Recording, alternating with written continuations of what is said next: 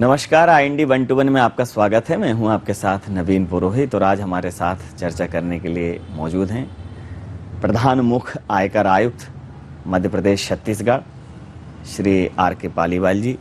पालीवाल साहब, आपका IND 24 में बहुत बहुत स्वागत है। धन्यवाद, शुक्रिया। जिस प्रकार से पूरा विश्व सर एक विभीषिका का सामना कर रहा है और बड़ी बड़ी जो आर्थिक महाशक्तियां हैं उनकी अर्थव्यवस्थाएं कहीं ना कहीं चरमराई हैं। इस देश ने एक आर्थिक मंदी का दौर देखा है और इस विभीषिका में इस देश की अर्थव्यवस्था को वर्तमान दौर में आप कहाँ पाते हैं कि कितना सामना हमने कर पाया और इससे उबर पा रहे हैं कि नहीं उबर पा रहे? देखिए, ये तो सच है कि कोरोना की महामारी हम लोगों की पीढ़ी में तो पहली बार हम लोगों ने देखी है। इतिहास में कुछ जिक्र है कि अब से ठीक 100 साल पहले स्पेनिश फ्लू में इसी तरह का आतंक हुआ था, इसी तरह के वायरस का, और उसमें भी यूरोप में ज़्यादा असर था लेकिन पूरे विश्व को उसने संकट में लिया था। लेकिन उस समय पुरोहित जी क्या था कि आवागमन के साधन बहुत कम थे, समुद्री जहाज़ चलते थे, वो कितने कम लोग यात्रा कर पाते थे। लेकिन अभी क्या है, हर शहर अपने देश का ही एक दूसरे से नहीं जुड़ा, लेकिन सारे देश आपस में जुड़े हुए हैं। तो इस समय वास्तव में ये वैश्विक महामारी उस स्पेनिश फ्लू से भी ज़्यादा जटिल निकली और 2-3 महीने में पूरे विश्व को इसने चपेट में लिया जी। तो ये तो सही है कि बड़े बड़े अमेरिका जैसे देश की इकोनॉमी काफ़ी ध्वस्त हुई। इसमें असर तो हमारे यहाँ भी हुआ, लेकिन हमारे देश का एक बहुत बड़ा लाभ है कि हमारी जो ग्रामीण इकोनॉमी है जी, वो इससे बिल्कुल आप देखिए अप्रभावित रही जी। सारी फसलें जो की त्यों हुई, उनकी प्रोसेसिंग में जो भी इंडस्ट्री ग्राम देहात से जुड़ी हुई थी उन पे असर नहीं पड़ा।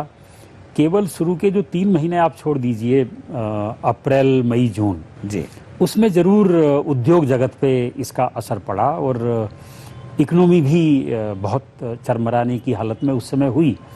पर बहुत अच्छी बात यह है कि जैसे ही लॉकडाउन खुला, इकोनॉमी ने बहुत तेज़ी से प्रगति की और इसके 2 मैं आपको सबसे बड़े इंडिकेटर बताना चाहूँगा। एक तो आपने पढ़ा भी होगा अखबारों में भी कि पिछले महीने जो GST कलेक्शन हुआ है वो पिछले साल के दिसंबर से बेहतर कलेक्शन है जी।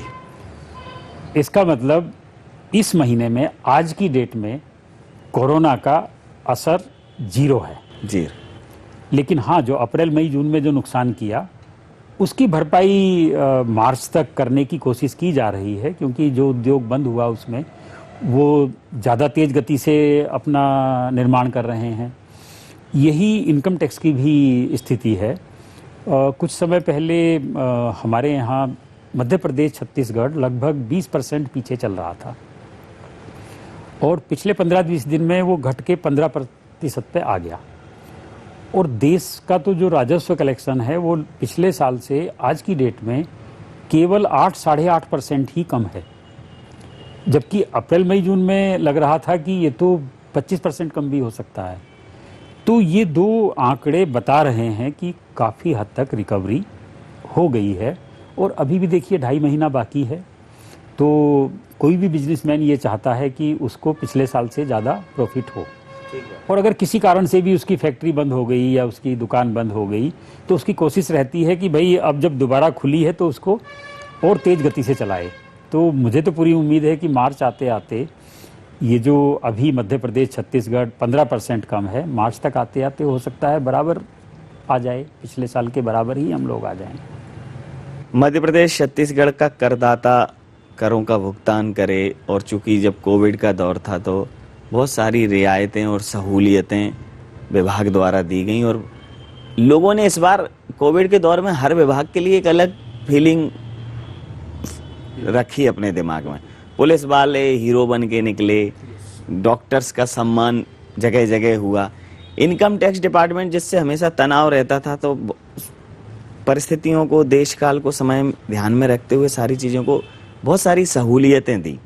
तो ये जो फीडबैक था, मतलब इनकम टैक्स का नेटवर्क तो दिखता नहीं है लेकिन इतना ग्राउंड रियल मतलब फीडबैक कहाँ से आया कि नहीं ये सहूलियतें देंगे तो हमारे उद्योगों को फायदा होगा, हमारे बिजनेसमैन को फायदा होगा, टैक्स पेयर को भी थोड़ी राहत होगी। तो ये जो फीडबैक है और उसके आधार पर जो ये पॉलिसीज बनाई गई, इन नेटवर्क का आधार क्या है, ये कहाँ से आपके पास देखिए, इनपुट मैं आया? आपको बताऊं कि 3 तरह से फीडबैक सिस्टम हमारे यहाँ काम करता है। जी। एक तो डिपार्टमेंट का अपना फीडबैक सिस्टम है, और नेशनल लेवल पे जो बजट बनता है, आप देखिए हर साल बजट में कुछ ना कुछ नए प्रावधान आते हैं, वो इसी फीडबैक के आधार पे आते हैं। क्योंकि एक पूरा सेक्शन है वित्त मंत्रालय में जो साल भर देश के विभिन्न हिस्सों से विभिन्न तरह के करदाताओं से साल भर फीडबैक लेता है। तो एक तो हमारा अपना फीडबैक सिस्टम हो गया, विभागीय अधिकारी भी अपने अपने, जैसे मध्य प्रदेश छत्तीसगढ़ में कुछ भी परिवर्तन होगा तो मेरा ये भी एक कर्तव्य है बाकी काम करने के अलावा कि मैं उसकी सूचना वित्त मंत्रालय दिल्ली तक पहुंचाऊं। जी। दूसरा, एक जो टैक्स पेयर्स एसोसिएशन है, टैक्स पेयर्स काउंसिल हैं, जगह जगह आपके मध्य प्रदेश में भी हैं, भोपाल में भी है, इंदौर में भी है। तो इनके प्रतिनिधि भी हमसे रेगुलर टच में रहते हैं। बीच बीच में कभी वो हमको अपने यहाँ बुलाते हैं, कभी उनका प्रतिनिधिमंडल हमसे मिलने आता है। तो वो भी अपने बारे में बताते हैं कि मान लीजिए कोई इंडस्ट्री ऐसी है, वो मध्य प्रदेश में या मध्य प्रदेश के किसी इलाके में ज़्यादा उसका असर है, और वहाँ पे कोई समस्या आई, जैसे एग्रो बेस्ड इंडस्ट्री हैं, अगर कोई मौसम की मार पड़ी तो उनके प्रतिनिधि आते हैं, वो अपना बताते हैं कि साहब इस बार तो इस इंडस्ट्री को ये नुकसान हुआ। और कोरोना ने तो सबको एक साथ नुकसान पहुंचाया कि सबको उसने रोक दिया। तो ये तो सबको दिखाई दे रहा था। तो आप देखिएगा, वित्त मंत्रालय शायद पहला ऐसा मंत्रालय था जो सबसे पहले आगे आके उसने करों की दर कम की, रिलैक्सेशन, कॉर्पोरेट टैक्स की रेट कम की सबसे पहले। मतलब मुझे नहीं लगता कि यूरोप के देशों ने भी ये निर्णय लिया होगा। और ये बहुत बोल्ड डिसीजन था 2 कारण से। एक तो जब लग रहा है कि भाई इकोनॉमी कम हो रही है और टैक्स कम आ सकता है, और फिर आगे बढ़ के ये बोल्ड डिसीजन लिया जाए कि टैक्स को भी और कम करें जिससे कि और राहत आए। तो उस समय कुछ लोगों ने कहा था कि इतना बोल्ड डिसीजन, लाखों करदाताओं को राहत मिली, लाखों करदाताओं को। दूसरा, एक बहुत बड़ा डिसीजन ये लिया कि जो रिफंड के मामले थे उनको जल्दी से जल्दी प्रायोरिटी बेस पे उनका निपटारा किया, तो लोगों के हाथ में पैसा आया। जी। जब था कि भाई व्यापार कम हो रहा है तो इनकम कम हो रही, तो ऐसे समय में पैसे की सबसे ज़्यादा ज़रूरत थी उस व्यक्ति को भी जिसके साथ 10 कर्मचारी काम करते हैं, 20 कर्मचारी काम करते हैं। तो वो रिफंड, उसको डूबते को तिनके का सहारा कहते हैं ना, तो ऐसे में रिफंड आ जाए कहीं से तो लगता है चलो भाई, जब सारी चीजें बंद थी तो कम से कम ये रिफंड आ गया। और उस टाइम सर रिफंड की भी मतलब जो राशि थी वो करोड़ों में थी, बहुत बड़ा रिफंड आया है। करोड़ों में क्या, मतलब हजारों करोड़ों में कहो तो ज्यादा सही होगा जी। क्योंकि यही मतलब कई सौ करोड़ के रिफंड तो मध्य प्रदेश और छत्तीसगढ़ में ही इशू हुए हैं। जी जी। तो जैसा कि आपने कहा कि लोगों को राहत देने की पहल की, ये समझते हुए भी ये संभावना थी कि जो टैक्स का कलेक्शन है वो कम रह सकता है। एक और निर्णय था कि आपने टीडीएस की दरों में भी कटौती की, तो लोगों को जो लिक्विडिटी लोगों के पास ज्यादा रही, उनके पास पेमेंट, उनका टीडीएस कम, सोर्स पे डिडक्शन कम। देखो, इसका भी कारण उसी में समाहित है कि जब टैक्स रेट कम हो गया तो टीडीएस का रेट तो टैक्स रेट के हिसाब से चलता है। जी जी। तो वो नैतिकता नहीं होती अगर टीडीएस का रेट कम ना करते। जी। क्योंकि जब ज्यादा रेट होता है तो टीडीएस का रेट ज्यादा होता है। जी। तो एक तरह से वो दोनों तो एक में ही समाहित हैं। लेकिन मैं 2-3 चीजें और आपको बताऊंगा कि और क्या रियायतें दी गई ताकि लोगों के पास पैसा जाए। जैसे सरकारी कर्मचारियों का ही ले लीजिए, एलटीसी सबको मिलती है, वो 4 साल में एक बार अपने परिवार के साथ कोई भी कर्मचारी देश के किसी भी हिस्से में घूमने जा सकता है। उसके स्तर के हिसाब से उसको हवाई जहाज का किराया या रेल का किराया, जो भी उसका स्तर है, ड्यू बनता है, वो उसको सरकार देती है। इस बार एक ऐसी स्कीम लाई गई कि आप भले ही कोरोना टाइम में तो मना किया गया है, ज़्यादा घूमिए नहीं, अपने घर में रहिए, तो कहा गया है कि आप बिना कहीं जाए हुए भी ये सुविधा ले सकते हैं। मैं जैसे अपना उदाहरण आपको देता हूं कि मैं अगर कहीं भी नहीं जाऊं तो भी मुझे 32,000 रुपये का टिकट एग्जीक्यूटिव क्लास का मुझे मिलेगा। सरकार मुझे 32,000 रुपया देगी, मेरी पत्नी को देगी, मेरे बच्चों को देगी, उतना ही अमाउंट बिना कहीं जाए हुए। लेकिन एक कंडीशन है कि ये जो एलटीसी का हमको किराया मिला है, इससे 3 गुना हम कोई एसेट खरीदें तो देखिए 2 लाभ हुए। कर्मचारियों को एक्स्ट्रा पैसा मिला, एक्स्ट्रा खरीदारी हुई, तो वहाँ पे व्यापार भी बढ़ा, मार्केट में पैसा आया। और जो खरीदारी आप करेंगे उस पे कंडीशन ये है कि उस आइटम पे जीएसटी 15% या ज़्यादा होना चाहिए। तो जीएसटी भी मिला, जीएसटी भी मिला। जी जी। तो इसको कहते हैं कि सबका भला। आप देखिए, कहने को एक योजना है, लेकिन इस योजना से सरकारी कर्मचारियों को, सरकारी कर्मचारी भी, मतलब मैं सर इस चीज कितने ज्यादा संख्या मैं है। इस चीज से कहीं मुझे आया कि इतनी खरीदारी करेंगे तो इस बार ये फ्री है, तब मैं भी सर भ्रम में था कि ये कौन सी योजना है कि अगर कोई 1.5 लाख रुपए का मोबाइल खरीद रहा है तो उसको सरकार पैसा दे रही है। तो सरकारी कंपनियों में जब ये, तो मैं इस मति भ्रम में था, लेकिन अब मुझे ये स्पष्ट हुआ सर। तो ये सर कोरोना में जैसे ये जो रियायतें दी गई, उसके बाद सर ये जो टाइमिंग लगातार बढ़ाई है, चाहे असेसमेंट की हो, रिटर्न फाइल करने की हो, इस बार करीब पूरे का 1 क्वार्टर के बराबर टाइम दे दिया है सर। तो ये टाइम बढ़ाने के पीछे भी फीडबैक आधार था या आपके पास उस टाइप की रिक्वेस्ट आई कि ये टाइम बढ़ाया जाए असेसमेंट? दोनों चीजें थी, बल्कि क्वार्टर नहीं कहूंगा, मैं तो कहूंगा पूरा 1 साल बढ़ गया। कुछ ऐसे मामले जो 31 मार्च 2020 को पूरे होने थे, वो अब 31 मार्च 2021 को पूरे होंगे, तो एग्जैक्ट 1 साल उसमें बढ़ गया। ये दोनों तरफ से था। निश्चित रूप से करदाताओं की तरफ से ज़्यादा प्रभावी डिमांड थी जी, लेकिन विभाग के अधिकारियों और कर्मचारियों की तरफ से भी थी जी, क्योंकि लॉकडाउन जैसे ही मिड मार्च के आसपास शुरू हुआ और इट वाज कंप्लीट लॉकडाउन, घर से ऑफिस भी नहीं आ सकते थे न करदाता न आयकर अधिकारी। तो 31 मार्च तक जो टैक्स जमा करना था, जो और रिटर्न्स फाइल करनी थी without penalty, self assessment tax जमा करना था, असेसमेंट पूरे करने थे, तो वो सब जिसको चक्का जाम बोलते हैं, कोरोना का चक्का जाम, वो हो गया था। तो उसको पहले बढ़ाया कि भाई चलो 30 जून तक इसको करके देखा जाए, लेकिन कोरोना 30 जून को भी ख़त्म नहीं हुआ। तो ऐसे क्वार्टरली बढ़ते बढ़ते एक साल ही बढ़ गया है लगभग। आप देखिए, रिटर्न फाइल करने की तारीख जो जुलाई में अमूमन होती है आम लोगों के लिए, वो बढ़ते बढ़ते जो कल परसों 10 जनवरी निकली है, 10 जनवरी तक बढ़ी है। जी जी। तो ये एक तरह से संवेदनशीलता सरकार की अपने नागरिकों के प्रति, और मैं इसको गांधीवादी सोच मानता हूँ, क्योंकि मैं गांधी विचारों से बहुत प्रभावित भी हूँ।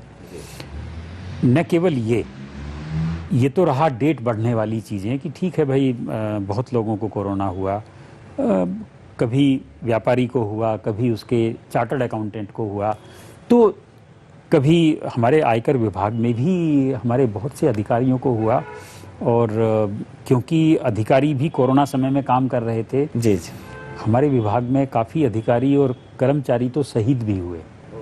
हमारे मध्य प्रदेश, छत्तीसगढ़ में एक बहुत सीनियर IRS अधिकारी, principal director income tax Chhattisgarh, उनका देहांत कोरोना से हुआ। मेरे अपने एक बैचमेट जो चीफ कमिश्नर गुजरात थे, उनका कोरोना से निधन हुआ। और बहुत से आयकर अधिकारी, कर्मचारी, क्योंकि उन्होंने भी काम किया। अब देखिए, हमारे यहाँ जैसे सर्च सीजर की कार्रवाई होती है, छापे की कार्रवाई, उसको तो बंद नहीं किया जा सकता। कोरोना है नहीं है, अगर हमारे पास सूचना आई है, जिस समय लॉकडाउन था उस समय भी हमें सूचनाएं आई, और बड़े बड़े कैश सीजर हुए, हमारे डिपार्टमेंट ने किए, सारी एहतियात बरतते हुए, खुद भी मास्क लगाया, सामने वालों को जिनको पकड़ रहे हैं उनको भी मास्क पहनाया। तो उसमें काफ़ी लोग संक्रमित भी हुए। अगर सर मैं, जैसे आपने कहा कि संवेदनशीलता की बात करूं, तो संवेदनशीलता के साथ पूरे तंत्र में पारदर्शिता लाने के लिए भी विभाग ने बहुत बड़ी कवायदे की हैं। बिल्कुल। अभी आप एक फेसलेस स्कीम लेकर आए हैं कि आपका असेसमेंट कौन कर रहा है आपको मालूम नहीं। तो ये इस स्कीम को आप पारदर्शिता की दिशा में और एक स्वच्छ तंत्र की दिशा में कितना बड़ा कदम मानते हैं? इसको तो बहुत बड़ा कदम कहा जाएगा, बल्कि क्रांतिकारी कदम उसके लिए सही शब्द है। ये इस तरह की फेसलेस असेसमेंट की शुरुआत पायलट प्रोजेक्ट के रूप में पिछले साल हुई थी जी। लेकिन वो केवल कुछ बड़े शहरों में कुछ सीमित मामलों में हुई थी, ये देखने के लिए कि इसका क्या असर है। उसका अच्छा प्रभाव आया, साथ साथ कोरोना भी आया। तो ऐसे में ये सोचा गया कि क्यों ना इस स्कीम को पूरे देश पे एक साथ लागू कर दिया जाए। हालांकि इसमें काफ़ी संशय शंकाएं भी रही लोगों को शुरुआत में कि इतना बड़ा कदम पूरे देश के लिए, भारत एक बहुत बड़ा देश है, बहुत बड़ा, और बड़ा देश के साथ साथ विविधता वाला देश भी है। आप देखिए कितनी तो भाषाएं हैं हमारे देश में, और छोटे व्यापारी अपनी भाषा में व्यापार करते हैं। बही खाते तमिलनाडु का व्यापारी तमिल में लिखता है, कर्नाटक का कन्नड़ में लिखता है, ठीक बात, गुजराती में लिखता है, और हम लोग हिंदी में काम करते हैं, मध्य प्रदेश छत्तीसगढ़ जैसे। तो ये भी था कि एक भाषाई समस्या भी आ सकती है। जी जी। लेकिन फिर भी ये भी एक बहुत बड़ा बोल्ड स्टेप कि समस्या आएंगी तो समाधान भी निकलेगा उसका। तो आपको याद होगा जब प्रधानमंत्री ने इस योजना का उद्घाटन किया था, उन्होंने खुद ये कहा था कि ये एक बहुत क्रांतिकारी कदम है, और उन्होंने आयकर विभाग के अधिकारियों का शुक्रिया अदा किया था कि जो इस काम के लिए बहुत कम समय में अपने आप को जिन्होंने तैयार कर लिया। जी। आप देखिए कितना क्रांतिकारी कदम है कि भोपाल में जैसे हम बैठे हैं, तो अगर आपका और मेरा दोनों का केस स्क्रूटनी में मान लीजिए आया, तो हो सकता है आपका केस गुवाहाटी के आयकर अधिकारी के पास जाए और मेरा चेन्नई के अधिकारी के पास जाए। सर्कल एक ही, और दोनों को हमको नहीं पता होगा कि कौन कर कि रहा है। किसका गुवाहाटी में है, किसका चेन्नई में है या जम्मू में है। तो इससे बड़ी पारदर्शिता क्या होगी? मैं आपको थोड़ा सा बताऊंगा। जैसे यूनिवर्सिटी अपने एग्जाम कराती है और जो कॉपी जांचते हैं, जी जी, स्टूडेंट को नहीं पता रहता कि कौन प्रोफेसर जांच रहा है, और प्रोफेसर को भी पता नहीं रहता। यूपीएससी तो क्या करती है, सारे एग्जामिनर को एक हॉल में बैठा लेती है और 100 कॉपी इसको, 100 दूसरे को, 100 तीसरे को, तो उनको भी पता नहीं रहता। तो ये एक तरह से एग्जाम में तो ये सुना था इस तरह का, लेकिन किसी सिस्टम में, रूटीन में हो जाए। सिस्टम में और सरकारी विभाग में इतने बड़े स्तर पे कि पूरे देश में एक साथ, तो ये भी बहुत क्रांतिकारी कदम है। और एक और सबसे ऐतिहासिक कदम मैं जिसको कहूँगा, जी, इसकी पृष्ठभूमि में कोरोना भी है और सरकार की लिटिगेशन पॉलिसी भी है। जी, विवाद से विश्वास योजना। विवाद से विश्वास योजना इस मामले में ऐतिहासिक है कि ये इतनी सहज सरल योजना है कि आपका कितना भी लंबा विवाद, कोई टाइम पीरियड नहीं हो सकता, कोई टाइम पीरियड उसमें नहीं है, 10 साल पुराना, 20 साल पुराना, 50 साल पुराना, और किसी भी संस्था के पास वो लंबित हो। हमारे यहाँ पहला विवाद कमिश्नर अपील के यहाँ जाता है, पहली अपील कमिश्नर अपील के यहाँ जाती है, और कमिश्नर अपील से अगर आप सहमत नहीं हैं तो इनकम टैक्स अपीलेट ट्रिब्यूनल, ये लॉ मिनिस्ट्री के अंडर में आता है, वहाँ सेकंड अपील जाती है। लेकिन आयकर के मामले, कुछ मामले इतने पेचीदा होते हैं कि वो ट्रिब्यूनल से भी करदाता सेटिस्फाई नहीं होता कि हमको न्याय नहीं मिला, तो फिर हाई कोर्ट जाता है मुकदमा। बहुत से मामलों में हाई कोर्ट में भी सेटल नहीं होता, या तो विभाग नहीं मानता या करदाता नहीं मानता, तो सुप्रीम कोर्ट जाता है। तो आप देखिए, हो सकता है एक ही करदाता के मामले सब जगह लंबित हों। 1 साल का मामला उसका इनकम टैक्स अधिकारी के पास चल रहा हो, उसके 1 साल पहले का ट्रिब्यूनल, अपील कमिश्नर, ट्रिब्यूनल, फिर हाई कोर्ट, फिर सुप्रीम कोर्ट। तो इस योजना में आप अपने सारे मामलों को एक तरह से मैं कहूँ 5 मिनट में हल कर सकते हैं, और वो भी आप अपने प्रिंसिपल कमिश्नर इनकम टैक्स को ऑनलाइन आवेदन आपको करना है और उसमें केवल यही लिखना है कि मैं अपने मामले को विवाद से विश्वास स्कीम में लाना चाहता हूँ। एक सिंपल मेल। विवाद से विश्वास का अगर मैं मध्य प्रदेश छत्तीसगढ़ का रिस्पॉन्स पूछूं तो कैसा है सर? बहुत अच्छा। मैं कहूँ इस समय नेशनल एवरेज से भी बेहतर। पूरे देश में लगभग 20% विवाद अब तक इसमें आवेदन आ चुके हैं जी। और 20% बहुत बड़ा आंकड़ा होता है। बहुत बड़ा। हमारे मध्य प्रदेश छत्तीसगढ़ में ये आंकड़ा 22% से आगे निकल चुका और मुझे तो पूरी उम्मीद है कि ये 25 से 30% भी हो सकता है। अभी समय बहुत है। और मैं आपकी जानकारी के लिए बताऊं, आपके दर्शक को भी बहुत आश्चर्य होगा, एक संस्था का मध्य प्रदेश में 50 साल से लंबित मामला इसमें सुलझ रहा है। तो आप देखिए, ये मामला है 6970 का, बिल्कुल 50 साल होके 51वां साल शुरू हो गया है 2021 में। तो आप देखिए, जो मामला 50-51 साल से कभी इस कोर्ट में कभी उस कोर्ट में लंबित था, इधर से उधर लुढ़क रहा था, वो एक सिंपल ऑनलाइन आवेदन से ये मामला सुलझ रहा है। तो इस स्कीम में 31 जनवरी 2020 तक जितनी भी अपीलें लंबित थी, वो चाहे 1 साल पुरानी है, चाहे 2 दिन पुरानी है या 100 साल पुरानी है, वो सब इसमें आ सकते हैं। केवल कुछ ही अपवाद हैं जो इसमें नहीं आएंगे। जैसे एक अपवाद ये है कि अगर किसी के यहाँ सर्च एंड सीजर छापे की कार्रवाई हुई है और 5 करोड़ से ज़्यादा का डिस्प्यूटेड टैक्स है, तो नहीं है। तो जो बड़े कर अपवंचक या बड़े कर की चोरी जिन्होंने की है, उनको ये रियायत नहीं मिल रही है। और कुछ ऐसे मामले हैं जो किसी दूसरे अपराध में लिप्त हैं जी। जैसे कोई बेनामी एक्ट में मामला है या कोई ड्रग वगैरह का मामला है ना, तो या कोई प्रवर्तन निदेशालय का कोई मामला है या कोई करप्शन का मामला है, तो बस केवल वो मामले छोड़ के, लेकिन मुझे लगता है कि 99% से ज़्यादा मामले इस स्कीम में आ सकते हैं। पिछले कुछ समय से सर अगर देखा जाए तो विभाग ने कुछ बहुत बड़ी कार्रवाइयाँ की हैं, सीजर की कार्रवाइयाँ हों या बेनामी संपत्तियों की बात हो। सरकार ने जब से कड़े प्रावधान किए हैं, टैक्स कलेक्शन भी बढ़ा है और करप्शन भी कहीं ना कहीं रुका है। तो ये जो इसको क्रिमिनल सर्किल में लेके आ गए हैं कि अगर 5 करोड़ से ऊपर की चोरी है तो उसको तत्काल जो है जेल भेजने की भी व्यवस्था है। एक दंडित करने का जो प्रावधान आया कि जो बड़े कर अपवंचक हैं या जो क्षति पहुंचा रहे हैं राष्ट्र को आर्थिक, तो उनके ऊपर एक डर का भी माहौल बना है। और जो जिनकी से गलतियां हो गई छोटे मोटे असेसमेंट में, उनको एक सुविधा भी दे रहे हैं। तो एक तरफ कठोरता है, एक तरफ कोमलता है, दोनों तरह से विभाग मतलब कोई भी रास्ता नहीं छोड़ना चाह रहा कि सरकार का जो टैक्स है वो रुके। देखिए, ये सही भी है।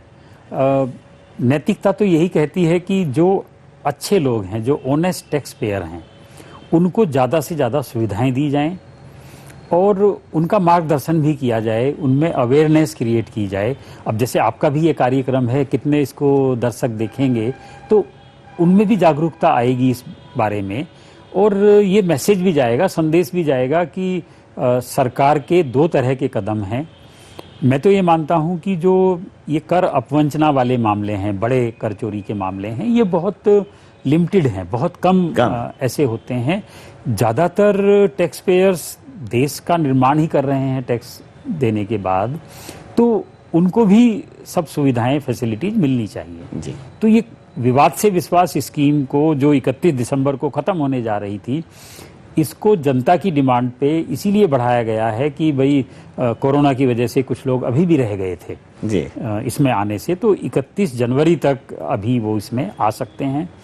तो मैं तो आपके कार्यक्रम के माध्यम से सब लोगों को कहना चाहूँगा कि वो अपने मामले में भी आ सकते हैं और अगर उनके किसी परिचित के ऐसे विवाद हैं इनकम टैक्स के, उनको भी वो सलाह दे सकते हैं कि आज 13 तारीख हो गई है, आज जी 13 जनवरी जी। तो 17-18 दिन अभी बाकी हैं। तो वो लोग आगे आए इसमें विवाद से विश्वास में और अपने मामलों को इतने सहज सरल तरीके से निपटाएं कि आपको केवल टैक्स देने के बाद इंटरेस्ट नहीं देना होगा, पेनल्टी नहीं देना होगा और प्रोसिक्यूशन की जो आपने जेल जाने की वो कार्रवाई भी नहीं होगी जी। तो ये एक बहुत अच्छा कदम है सरकार की तरफ से विवादों को ख़त्म करने का अपने नागरिकों के साथ और अपने करदाताओं के साथ, क्योंकि करदाता का बहुत अहम योगदान होता है राष्ट्र निर्माण में। तो सरकार की तरफ से ये कदम है तो करदाता भी आगे आएँ और बहुत अच्छी बात यह है कि मध्य प्रदेश छत्तीसगढ़ में बहुत अच्छा रेस्पॉन्स आया है। अंतिम और महत्वपूर्ण प्रश्न सर कि वैसे तो इस देश की करेंसी पे कहीं ना कहीं गांधी की छाप है और इस देश की करेंसी को व्यवस्थित करने वाली संस्था का प्रमुख अगर उसके मानस पे भी गांधी की छाप हो तो ये संयोग ही अद्भुत है। लोग आपको एक IRS अधिकारी के इतर एक गांधीवादी विचारक, चिंतक और दार्शनिक के तौर पर भी जानते हैं। बहुत सारी पुस्तकें आपने लिखी हैं। ये जो प्रेरणा है, इस देश का मूल है जो गांधी का विचार, ये कैसे सर कनेक्ट हुए और फिर लेखन और इस दिशा में कैसे प्रभावित हो गई ये विचार? अब वैसे तो ये बहुत लंबी कथा है लेकिन मैं तो संक्षेप में ही आपको बता पाऊंगा। ऐसे कई महान विभूतियों से मुझे सत्संग का मौका मिला जो महात्मा गांधी के साथ रही और उनके घनिष्ठ सहयोगी के रूप में रहे। तो बचपन से ही ऐसे लोगों का, अच्छे लोगों का साथ मिलेगा तो पहली प्रेरणा तो वही है। उसके बाद फिर हमने गांधी वाङ्मय का अध्ययन किया। जब आप गांधी को पढ़ेंगे, उनकी जीवनी को ही अगर पढ़ें, 2 किताब मैं सबको कहता हूँ गांधी की सबको पढ़नी चाहिए। एक गांधी ने जो अपनी आत्मकथा सत्य के प्रयोग लिखी और एक गांधी की जो वैचारिक पुस्तिका है, छोटी सी किताब है 80 पृष्ठ की, हिंद स्वराज। ये उन्होंने गुलामी के दौर में लिखी थी और उसमें उन्होंने वो परिकल्पना की थी कि भारत गुलाम क्यों हुआ, कैसे आज़ाद होगा और आज़ाद भारत कैसा होना चाहिए। आप देखिए ये 3 बड़े मुद्दे 80 पेज में गांधी ने लिखे। बहुत गहरी किताबें हैं दोनों। आप उनको पढ़ेंगे तो आप भी गांधी के रंग में रंग जाएंगे। तो इन 2 चीज़ों ने मुझे गांधी विचार का फॉलोवर बनाया और मुझे तो बहुत रास आता है। ये गांधी तो सेवा करते हैं, वो सच के रास्ते पे चल के सेवा करते हैं। बहुत आसान रास्ता है, सबको अपनाना चाहिए। मैं चाहूँगा कि आपके सारे दर्शक भी गांधी मार्ग को अपनाएं, इन 2 किताबों को पढ़ें, ज़रूर उनको लाभ होगा। तो एक सजग और समर्थ राष्ट्र के निर्माण के लिए एक सजग और जागरूक नागरिक की महत्वपूर्ण भूमिका होती है। अपना कर समय पर प्रदान करें और जो आयकर विभाग है वो आपकी सहूलियत के लिए बहुत सारे प्लेटफॉर्म पर तमाम पारदर्शिताओं के साथ, तमाम योजनाओं के साथ करदाताओं को राष्ट्र निर्माण से जोड़ने की एक अद्भुत योजनाओं का प्रयोजन लेकर आपके समक्ष है। तो अपना कर समय पर दें, राष्ट्र निर्माण में सहभागी बने। सर, जिस सहजता से आपने आयकर विभाग लोगों के लिए बहुत सहज नहीं होता, लेकिन जिस सहजता से सर आयकर विभाग की प्रस्तावना को और आयकर विभाग के विचार को और वर्तमान योजनाओं को हमारे साथ साझा किया, निश्चित रूप से हमारे दर्शकों को बहुत समझ में बात वो आएगी और दर्शक सहमत होकर राष्ट्र निर्माण में सहभागी बनेंगे। आपका समय देने के लिए बहुत धन्यवाद, बहुत आभार। मैं भी आपका आभारी हूं कि आपने कम से कम मेरे विचारों को दर्शकों तक पहुंचाने का बहुत बड़ा काम किया। आपका भी बहुत बहुत आभार, धन्यवाद।